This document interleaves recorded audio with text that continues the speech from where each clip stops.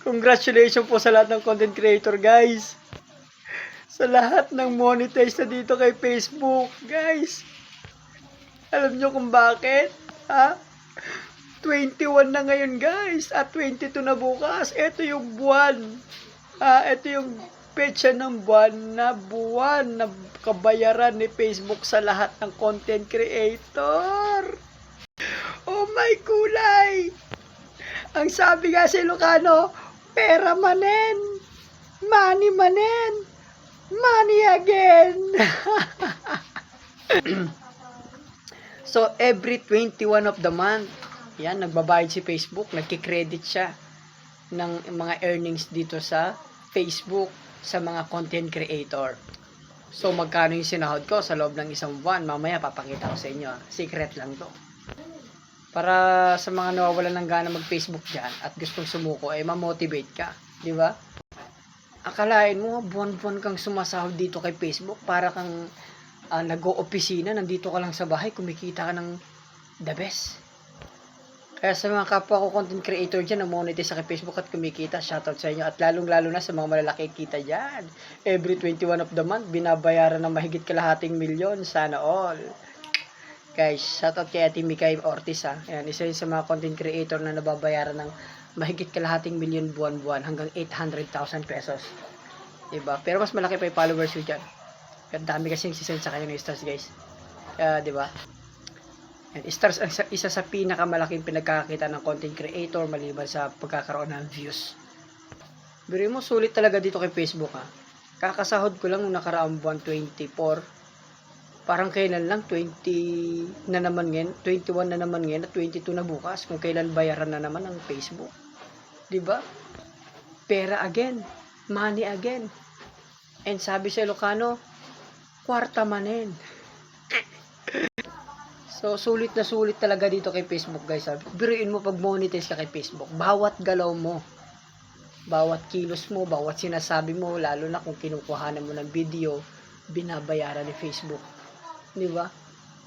Hindi pare-parehas kung magkanong bayaran kay Facebook, guys. Sa 1 million views, kuminsan $100 lang. Merong $200. Depende. Pero pinakamababang bayad, $100 sa 1 million. Pero mo, yung sinasabi mo, ginagawa mo, videohan mo lang, tsaka may upload kay Facebook, di ba? Binabayaran, sulit, di ba?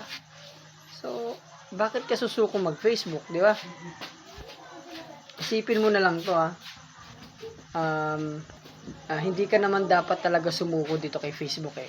Una sa lahat, ang Facebook napapakinabangan mo sa pagpo-post mo ng mga ginagawa mo araw-araw sa buhay. Nagiging masaya ka. Pangalawa, nagagamit mo rin yung Facebook para magkaroon ng komunikasyon sa ibang tao, sa mga mahal mo sa buhay.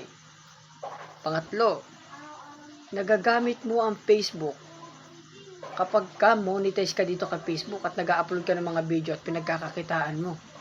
Diba? Sulit na sulit. Hindi mo napapansin ang panahon sa sobrang bilis ang panahon. 21 na naman. Sahudan na naman.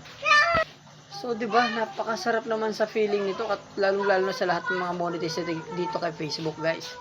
Pero kung di ka pa monetize at malapit ka lang ma-monetize, lagi mo tatandaan every 21 of the month, yun yung sahuran natin. At papasokin sa bangko, pagkalipas ng 4 na araw, pero kung PayPal lang gamit mo, 2 days lang, pasok na yun sa bangko.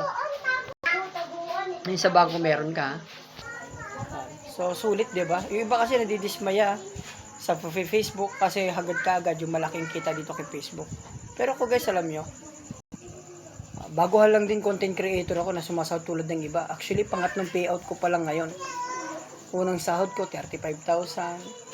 Pangalawa, 15,500. Yung pangatlo, medyo maganda. Hindi ko na ilalantad kung magkano, pero nasa ano siya, ayan, 5 digit. Ayan, 5 digit siya. Bahala na kayo mag-isip kung masa magkano yung 5 digit na yan. Ayan, pero mas malaki siya sa una. Kaya sa mga nagpe-Facebook dyan, habang nagpe-Facebook ka, enjoyin mo rin. Huwag mo kagad hangarin yung malaking kita kasi darating ka dyan. Lalaki rin yan sa mga susunod na buwan, susunod na taon. Kung sikat ka sana, automatic, malaki ka agad yan. Kada video mo, mag-generate ka agad ng malaking views. Yan, at malaking kita dito kay Facebook. Pero hindi tayo sikat tulad nila. Siyempre, hintayin mo dyan na makapag-upload ka ng maraming video, maipon yung mga video mo na. Example, kung mga 1 taon ka na dyan, yung 1 taon video mo na, kahit nasahod mo na yun pag sasahod ka sa susunod na buwan, sasahurin mo lahat ulit yun. Sabay-sabay lahat na ma-generate na views nyo sa loob ng 1 buwan, kasama ng 1 buwan na hindi mo nasahod, sabay-sabay yan, papasok sa account mo yan. Maki-credit. Ganong kalupit si Facebook. What more kung matagal ka na dyan. Mas malaki ang ibabayad sa'yo ni Facebook kaysa sa trabaho meron ka ngayon. Kung trabaho mo lang yung sumasahod ka ng 30k a month, 40k a month, 50k a month. At kahit nga 100 pa nga, tatalunin ka pa ni Facebook, lalo-lalo na kung matagal ka na rito kay Facebook at nag-generate ka na ng malaking earnings. Di ba? Lahat kasi nagsisimula sa maliit na kita, pero lumalaki yan kalaunan. Pero iba naman guys, kahit maliit ang nagbaguhan lang, maliit ang kita sa umpisa, tinatrabaho kasi nila na mabuti. Kaya kahit nabaguhan lang sila, kumikita sila ng maganda dito kay Facebook. Tulad ko, kahit baguhan lang ako, nag-e-effort ako sa mga video na na-upload ko. Kaya medyo magandang earnings na tatanggap ko monthly. Di ba?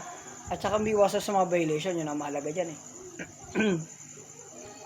Kaya kung bago ka lang na-monetize dito kay Facebook, gusto mo rin kumita ng malaki tulad ng iba, trabahuhin mo.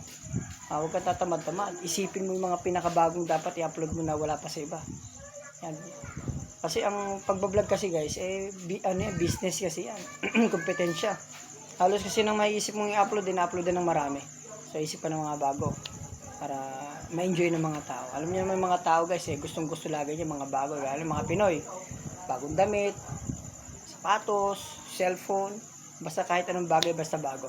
At lagi mong tatandaan, ang lagi nagtitrending sa Facebook, yung laging bago sa paningin natin. Bago sa mata ng tao, bago sa social media.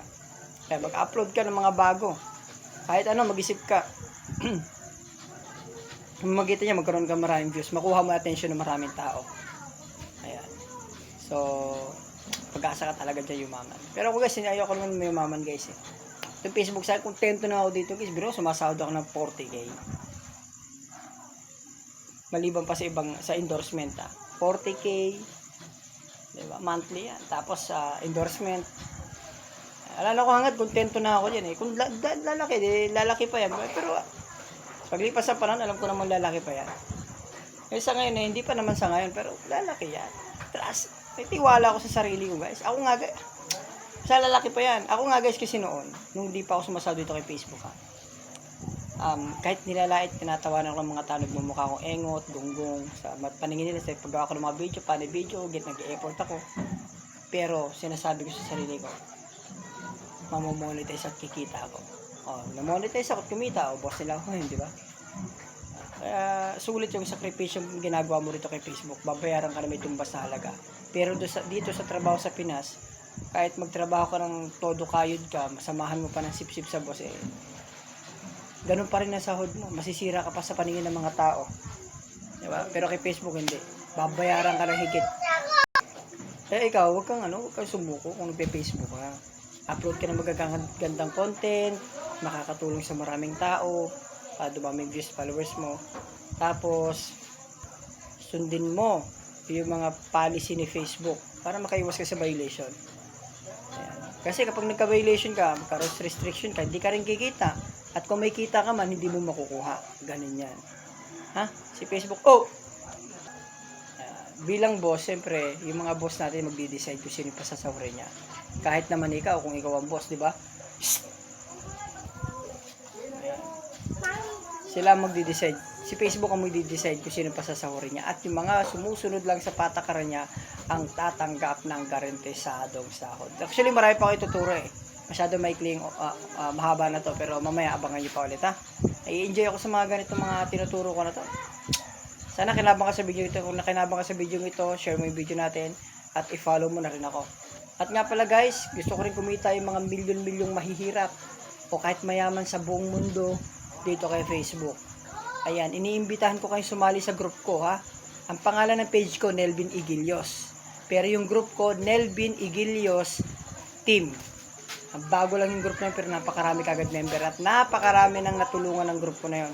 Tumaas at dumami yung followers. Kung gusto mo isa sa matulungan, search mo Nelvin Igilias Team, mag-join ka, mag-post ka para tumaas ang engagement at followers mo dahil sa group na yon, ikaw ang boss.